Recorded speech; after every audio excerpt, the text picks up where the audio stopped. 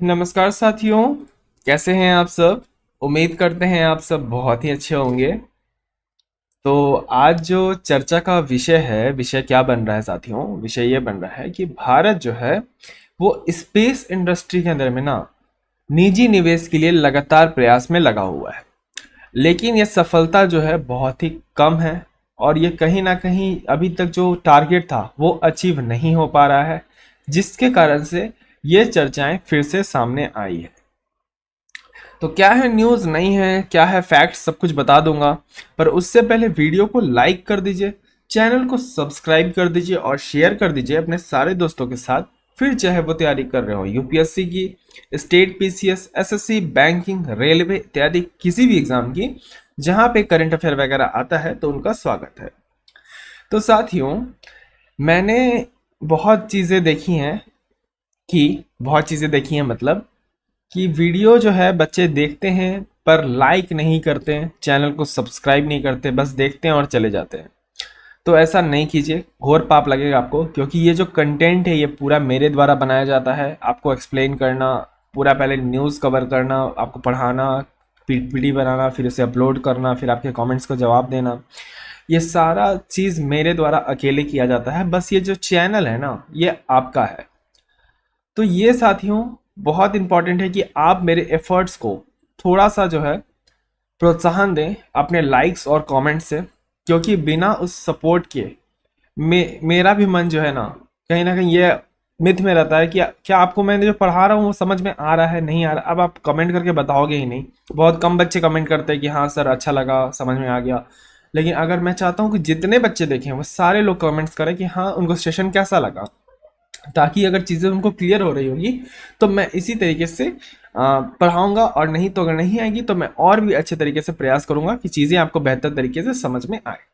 ठीक है, तो एक बार प्लीज़ वीडियो को लाइक कर दीजिए, चैनल को सब्सक्राइब कर दीजिए और शेयर कर दीजिए अपने सारे दोस्तों के साथ। फिर चाहे वो तैयारी कर रहे हो यूपीएससी की, state PCS, SSC, banking, railway इत्यादि किसी भी एग्जाम की। ओके।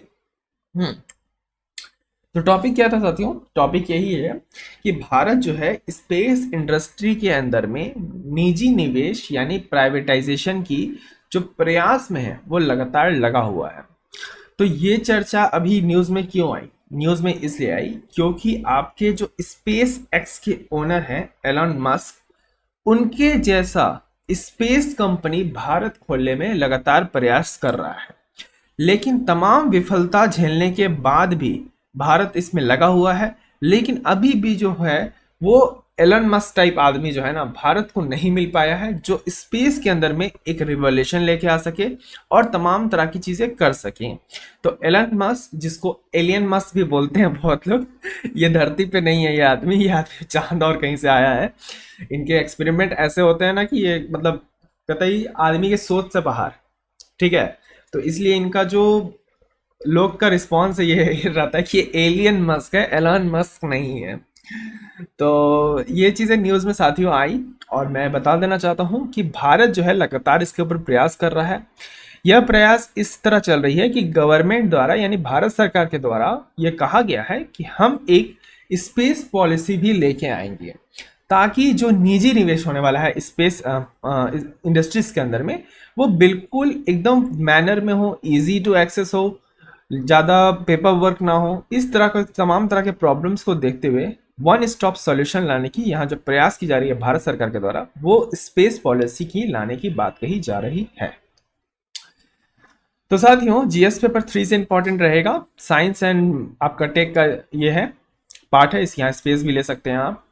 तो द हिंदू के अंदर में आया था साथियों, 26 जुलाई की न्यूज़ है, आज 27 जुलाई है, तो ये कल की न्यूज़ है कि इंडिया को स्पेस इंडस्ट्रीज स्पेस इंडस्ट्रीज के अंदर में, हाँ, प्राइवेट सेक्टर्स को बढ़ावा देने के लिए क्यों इतना महत्वपूर्ण है, क्यों भारत चाहता है ये प्राइवेट इंडस्ट्री आए? क्योंकि रिसेंटली गवर्नमेंट ने बहुत सारा एफर्ट डाला है कि वो प्राइवेट सेक्टर को इंक्रीज कर सके स्पेस इंडस्ट्रीज के अंदर में।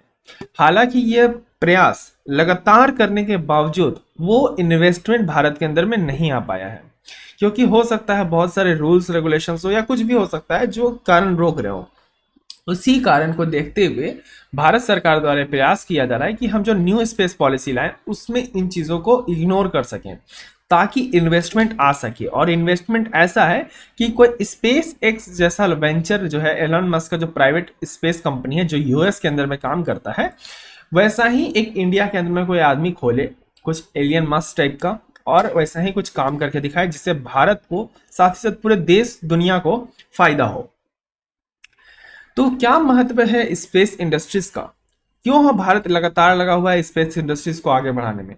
साथियों, इसका इंपॉर्टेंस ऐसा नहीं है कि सिर्फ चांद पे जाना ही इसका इंपॉर्टेंस है। स्पेस स्टेशन का यानी स्पेस इंडस्ट्रीज का बहुत ज्यादा इंपॉर्टेंस है भारत के भारत नहीं, सीधा समझिए निजी लाइफ के अंदर में भी बहुत ज्यादा इसका इंपॉर्टेंस है। आप पूछोगे कैसे, बताता हूं। सबसे पहला काम, वेदर इंफॉर्मेशन। वेदर फोरकास्टिंग जो किया जाता है साथियों, वो भी स्पेस इंडस्ट्रीज का पार्ट है। अगर हम बढ़िया से बढ़िया इन्वेस्टमेंट लेके आएंगे और बढ़िया से बढ़िया टेक्नोलॉजी को लेके आएंगे तो उससे क्या होगा, हमें एक्यूरेट इंफॉर्मेशन मिलती है। हालांकि आईएमडी के द्वारा लगातार प्रयास किया जा रहा है कि हम एक्यूरेट इंफॉर्मेशन दें, लेकिन वो इंफॉर्मेशन कभी कभी क्या होती है, गलत साबित हो जाती है। जैसे इस बार आईएमडी द्वारा कहा गया था कि 200% तक बारिश होगी, लेकिन कई इलाकों में 100% भी बारिश नहीं हुई। 100% तो छोड़ो, 50% भी बारिश नहीं हुई। कई इलाके के अंदर में बाढ़ आ गया, कई इलाके के अंदर में सूखा पड़ रहा है। तो ये चैलेंजेस को देखते हुए भारत सरकार के द्वारा ये कोशिश की जा रही है कि हम ऐसे इन्वेस्टर को लेके आए जिसके पास अच्छे से अच्छी टेक्नोलॉजी हो, क्योंकि इन्वेस्टमेंट आने पे ही सब कुछ होगा। ऑल दैट जो आपका डिपेंड करता है, टोटली इन्वेस्टमेंट पे डिपेंड करता है। तो इन्वेस्टमेंट ही साथियों अगर अच्छे से नहीं आएगा तो यहाँ जिस चीज़ की हम बात करना चाहते हैं, जिस फ्यूचर की हम बात करते हैं, वो चीज़ें हमें नहीं मिल पाएगी। तो इससे क्या होगा, एक्यूरेट हमें क्या करेगा, इंफॉर्मेशन मिल पाएगा। अब एक्यूरेट इंफॉर्मेशन मिलेगा तो भारत सरकार के द्वारा कोई भी जो पॉलिसी है, प्लान्स है, वो एक्यूरेट बन पाएंगी। जैसे मान के चलिए, इधर पता चला कि आप देख रहे होगे कि बिहार साइड अगर आप रहते नहीं हो, अगर आप रहते हो तो आपको ये जानकारी होगी कि बिहार में बहुत ही कम बारिश पड़ी है। अभी 1 महीने से बारिश ना के बराबर पड़ी है। स्पेशली आपका जो साउथ बिहार है, उसमें तो बारिश का बिल्कुल नामो निशान नहीं है। बहुत ही कम बारिश पड़ा है, 1-2 दिन मुश्किल से। तो ऐसा ही हाल तमाम जगह है। उधर आप चले जाइए मुंबई की तरफ में, इधर गुजरात की तरफ में, तो उधर फ्लड आया हुआ है, असम में फ्लड आया हुआ है। तो ये सब क्या है, ये सब है कि वेदर जो है अपने हिसाब से काम नहीं कर रहा है। क्योंकि आपको पता है कि क्लाइमेट जो है साथियों कितना बड़ा एजेंडा बन चुका है आज के टाइम में। तो अगर गवर्नमेंट को ये डेटा करेक्ट नहीं मिलेगी, तो जब इंफॉर्मेशन ही इनकरेक्ट है तो प्लान्स कैसे करेक्ट होंगे साथियों। जहां पे आपको फ्लड मैनेजमेंट डिपार्टमेंट की जरूरत थी, वहां पे आपने कोई डेटा ही नहीं निकाला। आपने सोचा कि फ्लड ही नहीं आएगी, आपने कोई डिपार्टमेंट्स बनाया ही नहीं, वहां पे किसी को काम करने के लिए पहले से प्रिपेयर ही नहीं किया। अब आपको जहां लगा फ्लड आएगा, आपने वहां पे लोग तैनात कर दिए, वहां पे सुखाड़ पड़ गया। जहां पे आपने नहीं लगाए थे वहां पे बारिश आ गई बहुत ज्यादा। तो इससे क्या होता है ना, मिस इन्फॉर्मेशन के कारण प्लानिंग गलत बनती है। तो भारत सरकार का ये एम है कि जो वेदर फोरकास्टिंग के अंदर में जो इन्फॉर्मेशन मिलता है वो हमें कहीं ना कहीं एक्यूरेट मिल सके। ठीक है साथियों, दूसरी बात, real time trekking.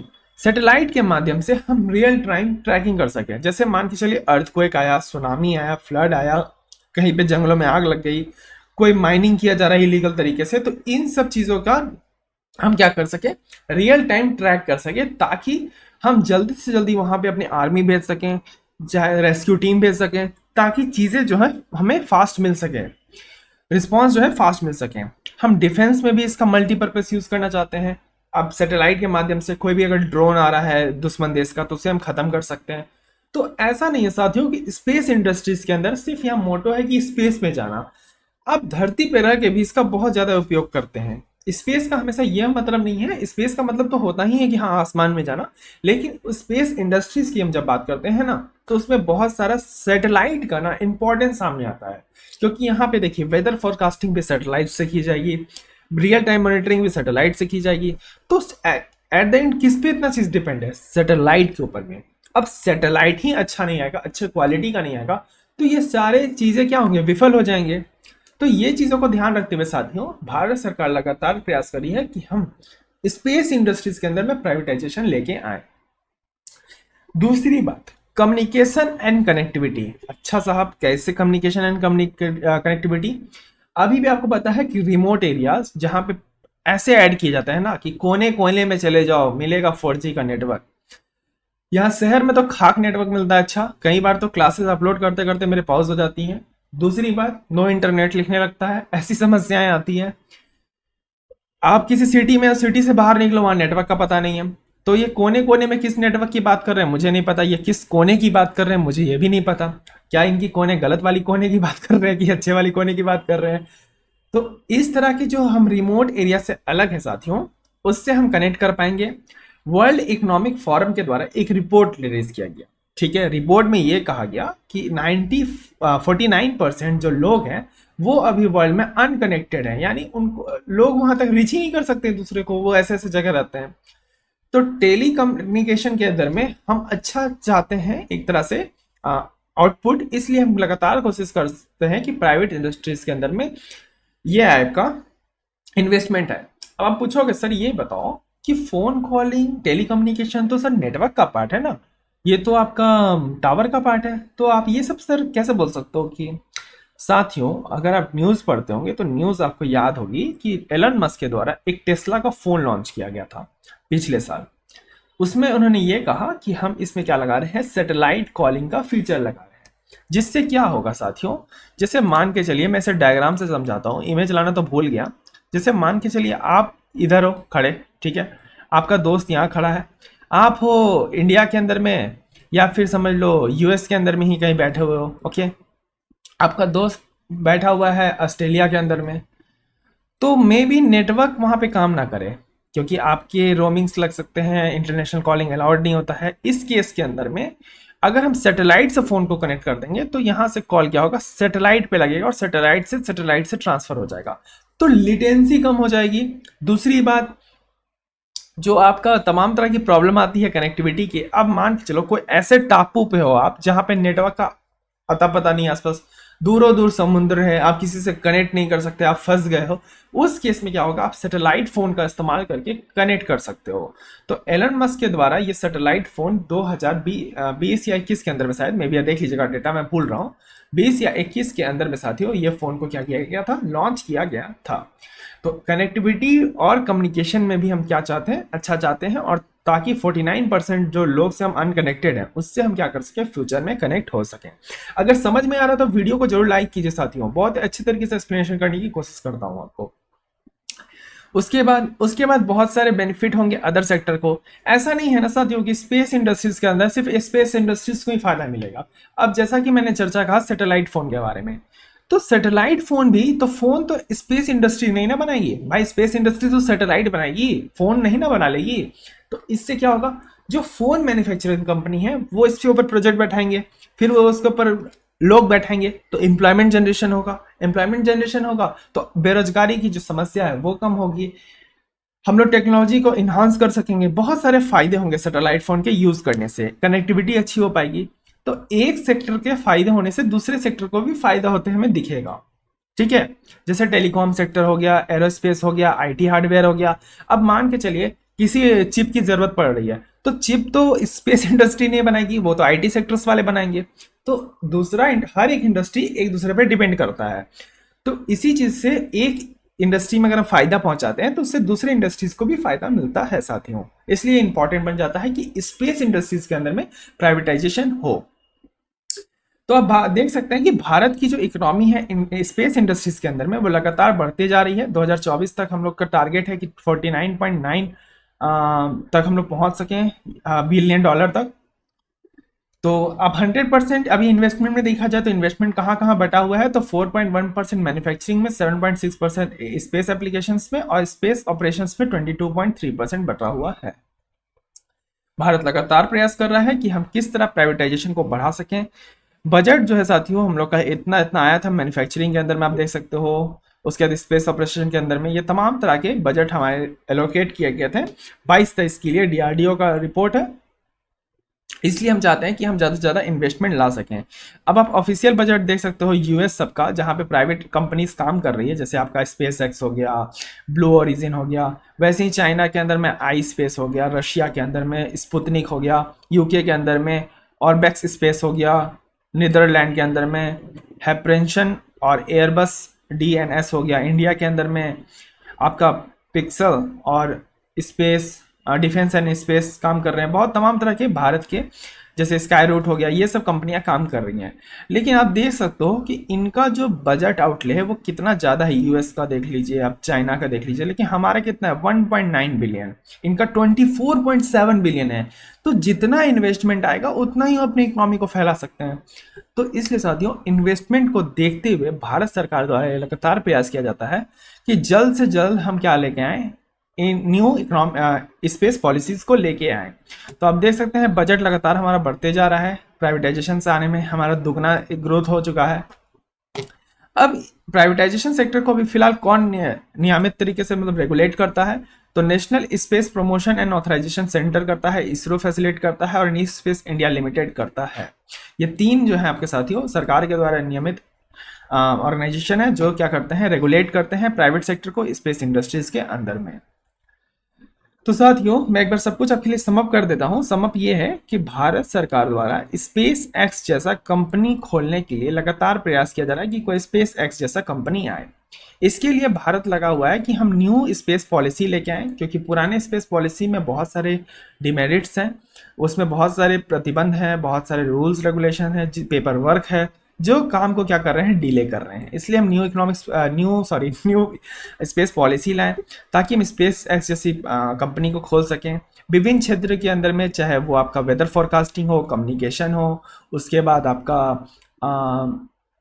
Weather forecasting हो गया, कम्युनिकेशन हो गया, मैं भूल रहा हूँ, हाँ वेदर फोरकास्टिंग हो गया, कम्युनिकेशन हो गया, उसके बाद आपका रियल टाइम ट्रैकिंग हो गया, और विभिन्न तरह के क्षेत्रों में हम इसका क्या कर सकें, फायदा पहुंचा सकें। इसके लिए हम क्या कर रहे हैं, प्राइवेटाइजेशन को बढ़ावा दे रहे हैं इस स्पेस इंडस्ट्रीज के अंदर में। ऑल दो इसके बहुत सारे फायदे होंगे, फायदे मैंने बता दिए आपको। तो आपको बताना है कि एक तो प्राइवेटाइजेशन होगा तो ठीक है, लेकिन प्राइवेटाइजेशन होने के बाद साथियों स्पेस इंडस्ट्रीज के अंदर चैलेंजेस कौन कौन से आएंगे, क्योंकि सरकार जहाँ पे कंट्रोल कर सकती है वो कंट्रोल साथियों यहाँ पे नहीं कर पाएगी सरकार। पहला प्रॉब्लम कि जो सरकार यहाँ पे तुरंत आके हस्तक्षेप कर सकती है कि आप रोको, आप इस चीज़ को रोको, इससे इन्वायरमेंट ये हो रहा है, या कुछ भी प्रॉब्लम्स क्रिएट हो रहे हैं, लोगों को परेशानी हो रही है, वहाँ पे सरकार का इंटरवेंशन नहीं हो सकता, क्योंकि यहाँ पे ओनरशिप किसकी होगी, प्राइवेट की होगी। तो ये सब चीज़ें, उसके बाद प्राइवेट चाहेंगे तो एग्जिट कर लेंगे, उनको फायदा नहीं दिखेगा तो वो एग्जिट कर, तो एक स्टेबल बिजनेस खराब हो सकता है। स्पेस इंडस्ट्रीज के अंदर में जो स्टेबल दिख रहा है हम लोग को चीज़ें, वो कम हो जाएंगी। लेकिन अगर हम साथियों कंपैरिजन करते हैं बाकी कंट्री से, जहाँ पे कुछ कंपनियां ही प्राइवेट में काम कर रही है, जैसे भारत के अंदर आप देख रहे हैं बहुत सारी कंपनियां खुल चुकी हैं, लेकिन आप वहीं यूएस से कंपेयर करेंगे तो यहाँ 3 कंपनियां काम कर रही हैं प्राइवेट के अंदर में, तो वो कितना अच्छा परफॉर्म कर रही है। तो कहीं ना कहीं इंपॉर्टेंट इसलिए साथियों यहाँ भारत सरकार के द्वारा कहा जा रहा है कि हम बहुत ज़्यादा प्लेयर्स को भी नहीं लाना चाहते हैं, हम ऐसे प्लेयर्स चाहते हैं जो स्पेस एक्स जैसा काम कर सके, हाँ कि आया और तहलका मचा दे, बिल्कुल वैसा हम कंपनी चाहते हैं, वैसा ही कोई इन्वेस्टमेंट। क्योंकि देखिए अब ये स्टार्टिंग फेज है, यहाँ पे कोई कंपटीटर है नहीं, तो आप इन्वेस्ट करके आप चीज़ों को पहले यहाँ पे करिएगा। तो ये चीज़ों को देखते हुए भारत सरकार द्वारा लगातार प्रयास किया जा रहा है। इंडिया का कौन सा झंडा लगाया भाई, ये सब ये सोर्स जो है ना, ये लोग इंडिया का गलत झंडा लगाया, ये झंडा नहीं है हमारा, हमारा झंडा में तो अशोक चक्र है, मैंने अभी ध्यान दिया। तो हाँ, तो आप देख सकते हैं कि प्राइवेटाइजेशन वहाँ 3 ही कंपनी है, लेकिन अच्छे काम कर रही है। तो काम अच्छा ज़्यादा इंपॉर्टेंट है, ज़्यादा लोग आने से अच्छा काम हो जाएगा ये इंपॉर्टेंट नहीं है। तो क्या क्या चैलेंजेस आ रहे हैं 250 वर्ड्स में लिखिएगा, 15 मार्क्स का क्वेश्चन है। तो साथियों यही थी आपकी न्यूज़। दोबारा से चर्चा में आ रहा है कि new economic policy, industry policy, बार बार इकोनॉमिक बोल देता हूँ, न्यू स्पेस इंडस्ट्री पॉलिसी लेके आने वाली है भारत सरकार। अगले 2-3 महीने के अंदर में लगातार प्रयास किया जा रहा है कि ये लेके आ सके। अगर मानिए इसके ऊपर में पॉलिसी आ गई तो मैं तो वो चर्चा कर ही दूंगा, ये क्लास का भी लिंक शेयर कर दूंगा उस टाइम।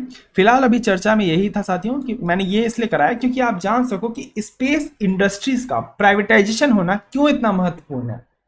ठीक है, तो आशा करता हूँ आपको चीज़ें समझ में आ गई होगी। अगर आ गई है तो वीडियो को लाइक कर दीजिए, चैनल को सब्सक्राइब कर दीजिए और शेयर कर दीजिए अपने दोस्तों के साथ। बहुत सारी स्पेशल क्लासेस चल रही हैं, आप जाके देख सकते हैं, आई बटन के पास लिंक दिख रहा होगा। तब तक के लिए रखें अपना ध्यान, मुझे दे आज्ञा, धन्यवाद। जय हिंद, जय भारत।